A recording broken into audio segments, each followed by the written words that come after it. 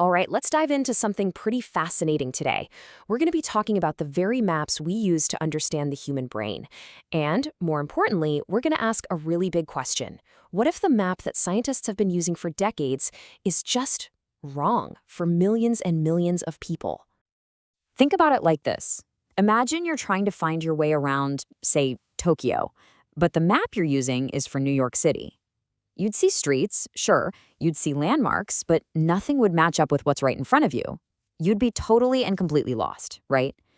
Well, for a long time, neuroscience has been dealing with a problem that's surprisingly similar. So, to compare thousands of brain scans from all sorts of different people, scientists need a standard reference, what they call a brain template. It's basically a master blueprint of the brain. They take every individual scan and digitally stretch and squish it to fit this one template. This is what lets them do large-scale studies. It's an absolutely crucial tool for modern neuroscience. But what happens when that master blueprint has a flaw?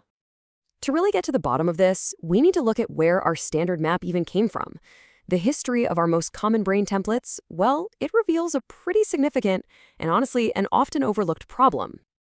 It all started way back in 1988 with the brain of a single 60-year-old French woman. Then, in the 90s, we got an upgrade from the Montreal Neurological Institute, or MNI. They averaged over 300 brain scans. By 2001, their high-resolution MNI 152 template became the gold standard, used in pretty much every neuroscience lab on the planet. But here's the catch, and it's a big one. Almost all of those scans came from people in North America and Europe. And that right there is the heart of the problem. We have this universal reference map that's based on a really specific slice of humanity. But we know for a fact that the actual shape and size of our brains can vary a lot based on age, gender, and where you are in the world. So if you use the wrong map, you could be distorting the very data you're trying to study. So, how do you fix a map problem? Well, you build a better map. And that's exactly what a team of researchers from institutions all across India set out to do. They started this massive project to create brain templates that were truly representative of their own population. And they didn't just grab a few scans. No, this project was built on high-resolution MRI data from 466 healthy people. That number is huge because it represents an incredible amount of diversity, with people coming from all over India. It's one of the most thorough studies of its kind ever done for a specific population. Just as important was the age range. You see, the researchers knew that our brains don't just stay the same. They change a lot throughout our lives. By including people from 6 years old all the way to 60, they could create maps that actually capture the brain's journey from childhood into adulthood. And this led to probably their most brilliant move.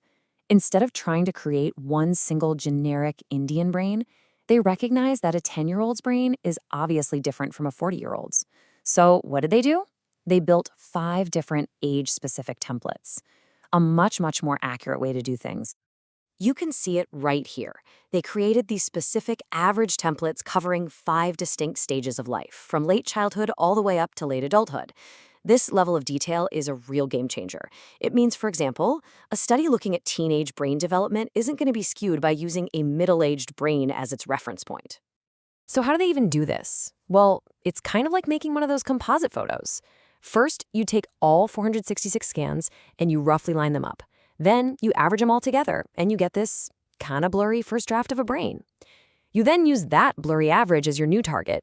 You realign all the individual scans to it more precisely, and then you re-average. You just keep repeating this process over and over, and with every step, the image gets sharper and clearer until, bam, you have a crystal clear, high-detail, population average brain template. Okay, so they built these 5 incredible new maps. But the million-dollar question is, did it actually make a difference? Was it worth all that work? Let's take a look at the results. The results were, well, they were really striking. It turns out that to make an Indian person's brain scan fit the standard MNI template, the computer had to do a whole lot of digital stretching and squeezing, what scientists call warping. But when they aligned that same brain to the new Indian brain template, the IBT, it needed way less distortion. And that's the whole point. A better fit from the start means your data is more accurate from step 1. And this wasn't just about brains being a little bigger or smaller. The analysis showed that the biggest differences were in the fundamental shape of the brain, a bit longer from front to back and a bit taller from top to bottom. This proves you can't just scale a Western brain template up or down and call it a day. You need a reference map that has the right geometry to begin with. And this has major real-world consequences for research. When the team looked at functional MRI data, that's the stuff that shows brain activity, they found that using their Indian brain template gave them much clearer, more coherent signals. What that suggests is that the tiny misalignments from using the old MNI template were actually blurring the data, maybe even hiding real scientific discoveries or, worse, creating false ones. A better map gives you a clearer picture of what the brain is really doing. You know, this whole thing is about so much more than just one set of templates. What this study really points to is a fundamental shift that we need in how we approach science and medicine all over the world.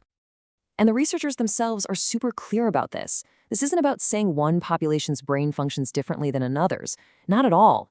It's a technical thing. The goal is just to get a better geometric fit so you improve the signal-to-noise ratio in the data. Plain and simple. It's about building better tools to do better science. So why should this matter to all of us, no matter where we live? Because it leads to more accurate research for everyone. It forces us to look at the biases that are baked right into our scientific tools. It's a huge step toward a future of more personalized medicine, where treatments are actually tailored to individuals instead of being based on some outdated, one-size-fits-all model. It really just proves a simple but powerful idea. If we want to understand humanity, our tools have to reflect all of humanity. And that kind of leaves us with a big question to chew on, doesn't it? We just saw how the standard brain map was long overdue for an update. So, what other fundamental tools we rely on in science, in technology, in medicine, were also built on a narrow view of who we are and are maybe, just maybe, ready for a rethink? Thanks for tuning in.